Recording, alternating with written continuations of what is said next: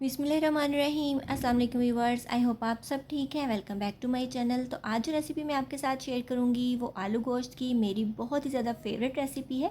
और ना सिर्फ ये मेरी फेवरेट है, ये सभी को बहुत ज़्यादा पसंद होती है। हर घर में बनता है, हर एक अपने तरीके से बनाता है इसको।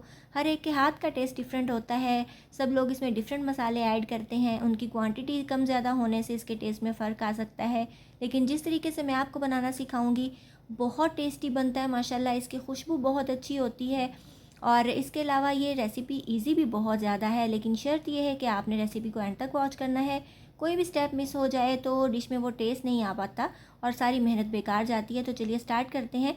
बिस्मिल्लाहिर्रहमानिर्रहीम। सबसे पहले मैंने यहाँ पे मटन लिया है। बकरे के गोश्त से बना रही हूँ, आप चाहें तो बड़ा गोश्त भी यूज़ कर सकते हैं। तो मैंने यहाँ पे तकरीबन आधा किलो मटन लिया, उसको अच्छे तरीके से धो के कुकर में डाल दिया। 2 मीडियम साइज़ के प्याज लिए, उनको रफली चॉप कर लिया, यानी मोटा मोटा भी कट करेंगे तो कोई प्रॉब्लम नहीं है क्योंकि गोश्त के साथ गल जाएगा। एक पूरी पोथी मैंने लहसुन की ली थी, उसको छील के ऐड कर दिया है।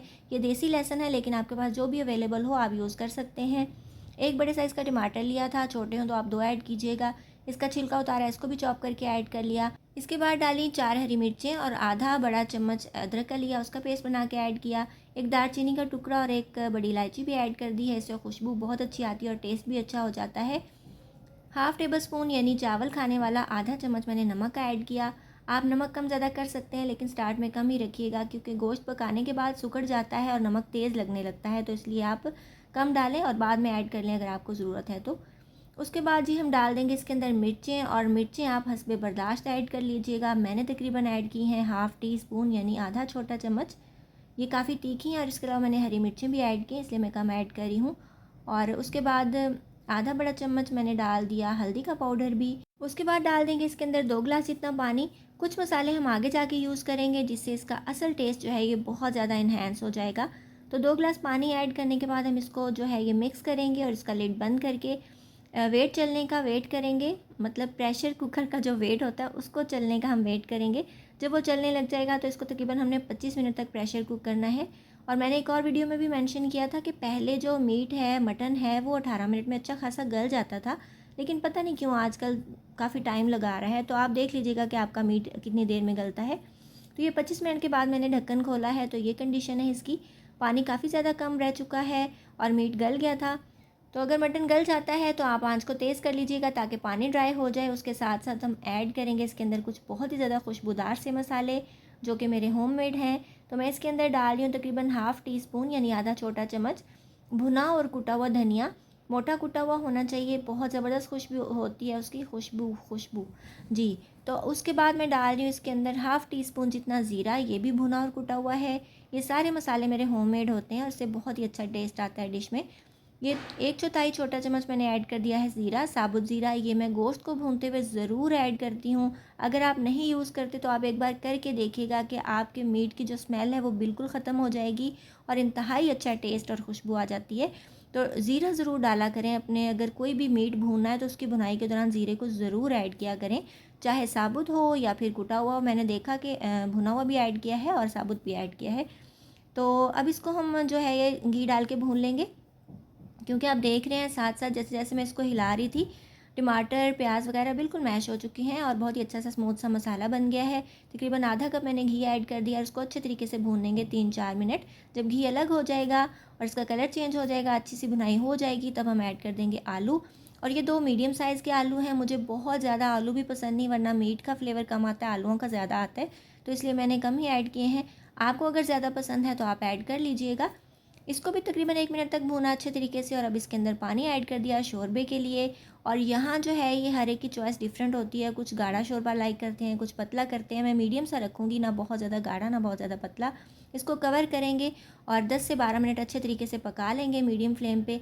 और ये ज़बरदस्त सा हमारा आलू गोश्त का सालन अभी रेडी नहीं हुआ, कुछ मसाले इसके अंदर जाएंगे, लेकिन आप देख सकते हैं माशाल्लाह काफ़ी अच्छी खासी तरी ऊपर आ चुकी है और बहुत ज़बरदस्त इसका कलर भी आया है। तो ये गरम मसाला है मेरा होममेड, ये मैंने डाला है इसके अंदर आधा छोटा चम्मच। इंतहाई इसका टेस्ट अच्छा होता है, खुशबू बहुत अच्छी होती है। इसका लिंक आपको डिस्क्रिप्शन बॉक्स में मिलेगा, ज़रूर देखिएगा और बनाइएगा। 1 चम्मच भर के मैंने इसके अंदर कसूरी मेथी ऐड कर दी। और मेथी जो है ये कोई भी शोरबे वाला सालन है तो उसको 4 चांद लगा देती है, बहुत ज़बरदस्त टेस्ट आ जाता है। 2 साबुत मिर्चें ऐड कर दी हैं, ये भी इंतहाई ज़रूरी हैं, लास्ट पे ज़रूर डालिएगा। और फिर इसकी स्मेल, खुशबू, टेस्ट और सब कुछ चेक कीजिएगा कि क्या ज़बरदस्त बनी है। लास्ट में डाल देंगे हरा धनिया भी। और ये हमारी डिश माशाल्लाह से डन हो चुकी है।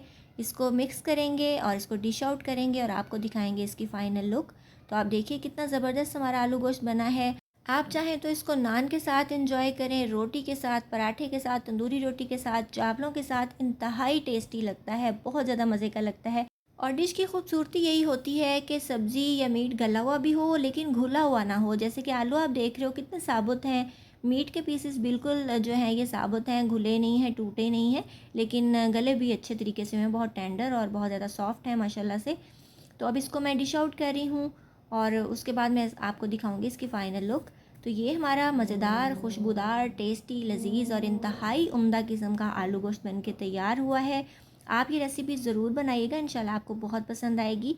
और एक और चीज़ मैं आपको बता दूं कि गोश्त की बेइंतहा रेसिपीज़ मैं अपलोड कर चुकी हूँ जो बहुत इजी हैं और बहुत ज़्यादा मज़े की भी हैं, जिसमें बीफ निहारी है, मटन निहारी है, बीफ पाए हैं, मटन पाए हैं, beef biryani, chicken biryani, mutton pulao, mutton white pulao.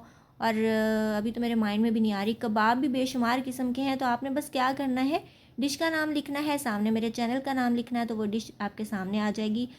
और कुछ डिशेस के जो लिंक्स हैं वीडियोस के वो मैं डिस्क्रिप्शन बॉक्स में भी दे दूँगी, ज़रूर देखिएगा। जैसे आगे ईद आ रही है तो डिशेस को बनाइएगा, खाइएगा, एंजॉय कीजिएगा। आई होप आपको आज की रेसिपी अच्छी लगी होगी। अगर आपको मेरी रेसिपीज़ अच्छी लगती हैं तो आपने क्या करना है, जल्दी से मेरे चैनल को सब्सक्राइब करना है, बेल आइकन प्रेस करना है, ताकि जब भी मैं कोई नई वीडियो अपलोड करूँ उसका नोटिफिकेशन आपके पास फटाफट से आ जाए। इसके अलावा मुझे इंस्टाग्राम और फेसबुक पे फॉलो करना बिल्कुल नहीं भूलिएगा, फॉलो करना मस्ट है। अपना बहुत सा ख्याल रखिएगा, मुझे दुआओं में याद रखिएगा। मिलेंगे इंशाल्लाह नेक्स्ट वीडियो में किसी बहुत ही ज़्यादा इजी, टेस्टी और डिलीशियस सी रेसिपी के साथ। Till then take care, good bye, अल्लाह हाफिज़।